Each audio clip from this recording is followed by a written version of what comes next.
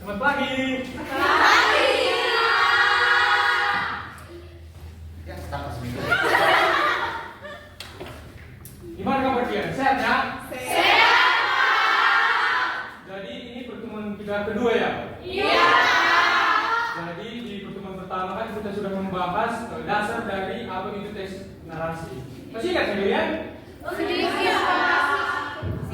yang ingat, ada yang enggak. Jadi pada pertemuan pada pagi hari ini kita akan memperdalam apa sih itu teks narasi. Nah, di sini udah ada media yang sudah Bapak sediakan. Jadi tidak usah terlalu fokus saja ke Bapak.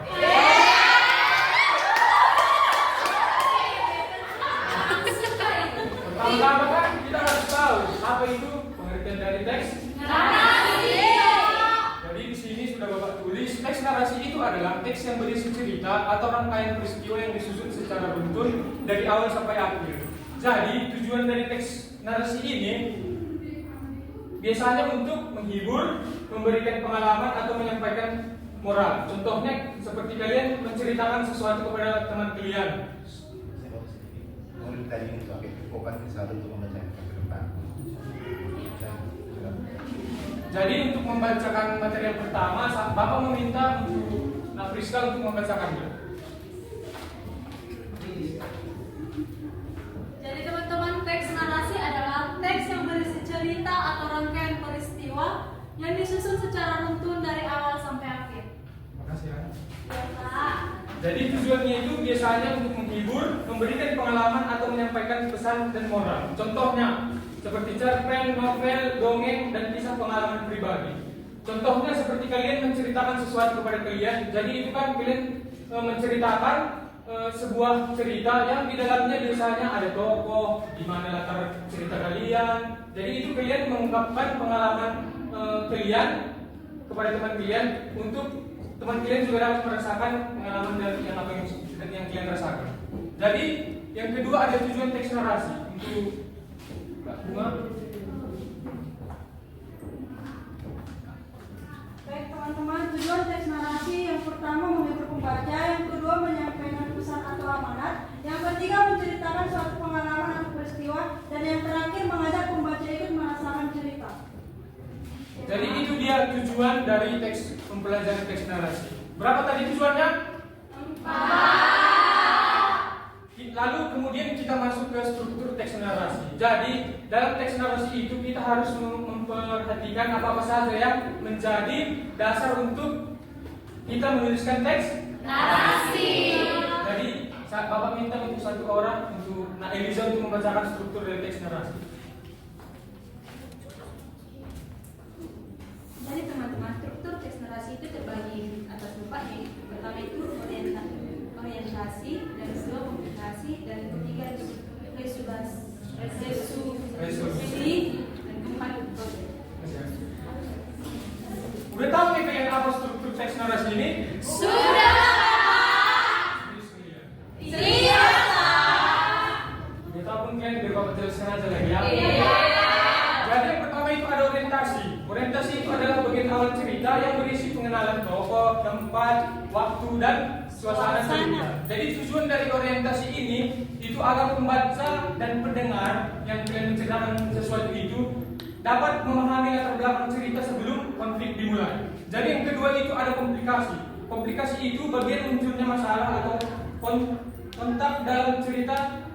Konflik membuat cerita menjadi lebih menarik.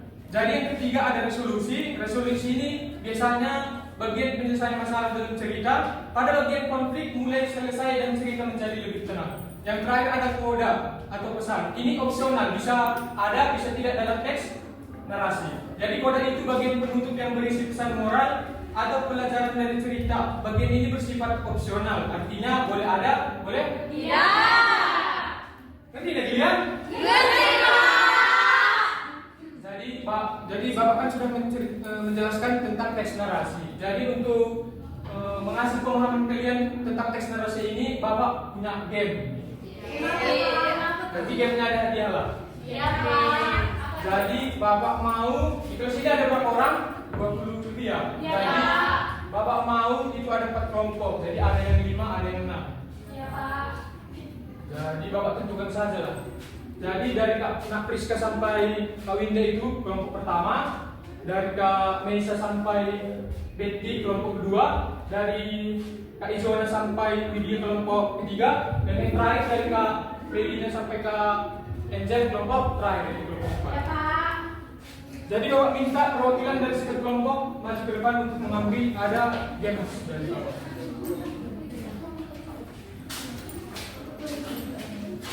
Jadi ini khusus jangan dibuka dulu ya. Di kelompok berapa? Kelompok berapa?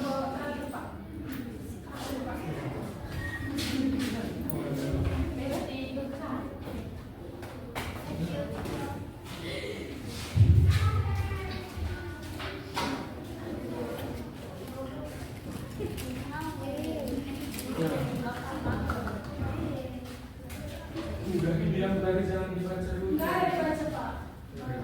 Jadi di sini Bapak punya sebuah teks.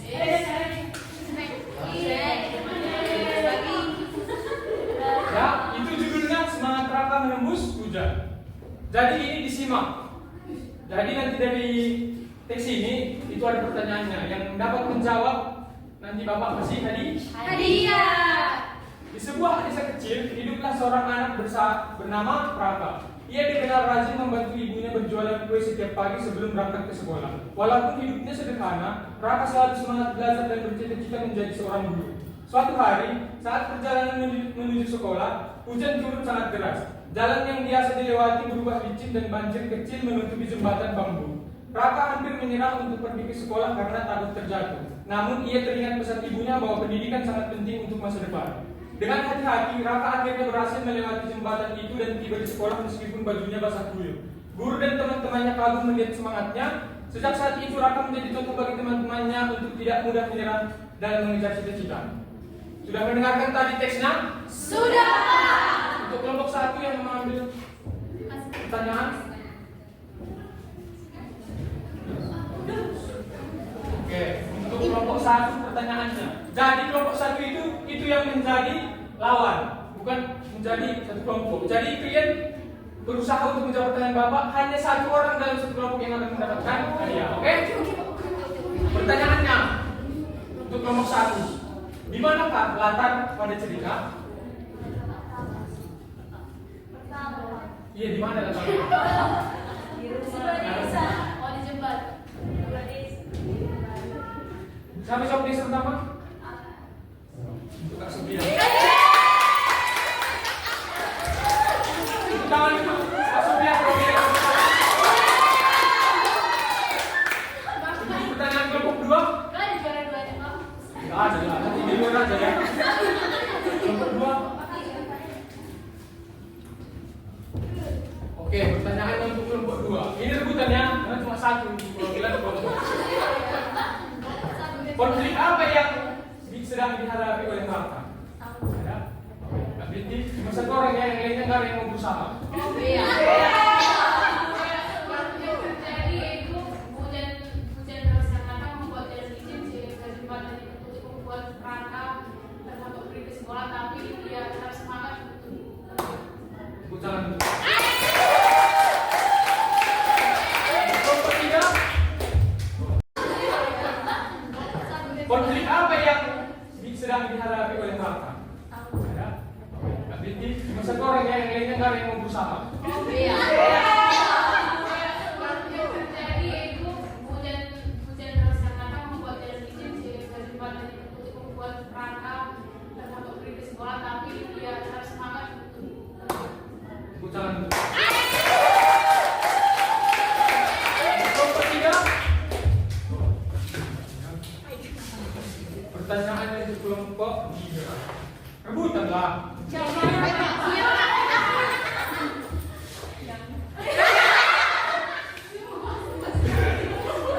Siapakah tokoh utama?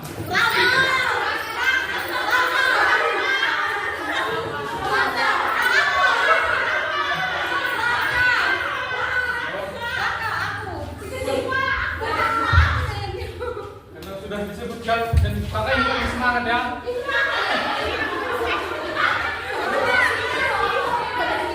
Untuk kelompok terakhir.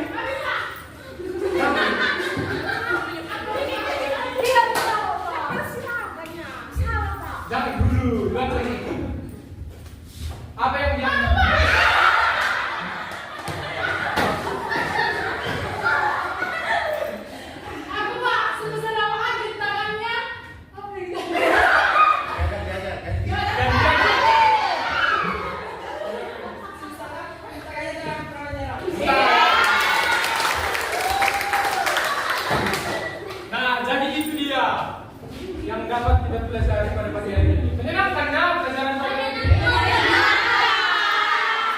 Nah, jadi kesimpulan dari teks narasi ini adalah teks narasi itu dapat berisi cerita atau pengalaman peristiwa yang kita alami. Biarpun itu kita ceritakan kepada teman, kepada orang tua, itu sudah merupakan jadi teks narasi.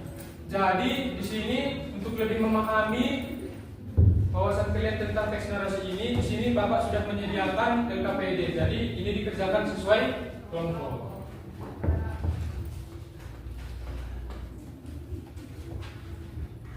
Untuk yang belum dapatan nanti boleh diminta di ruang pembelajaran.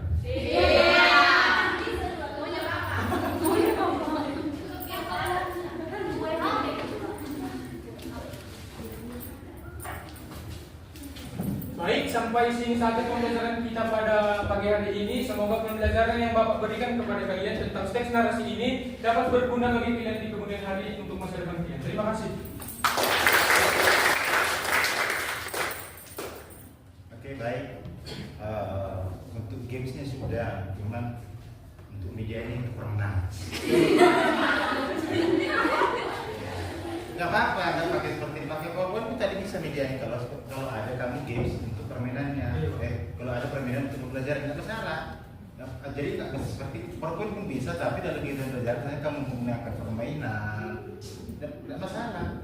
Oke? Oke, Bos. Nah, daripada gini gue taruh. Dari sekian dua dapat orang itu kalian. Iya. Oke? Oke, berikan nafas untuk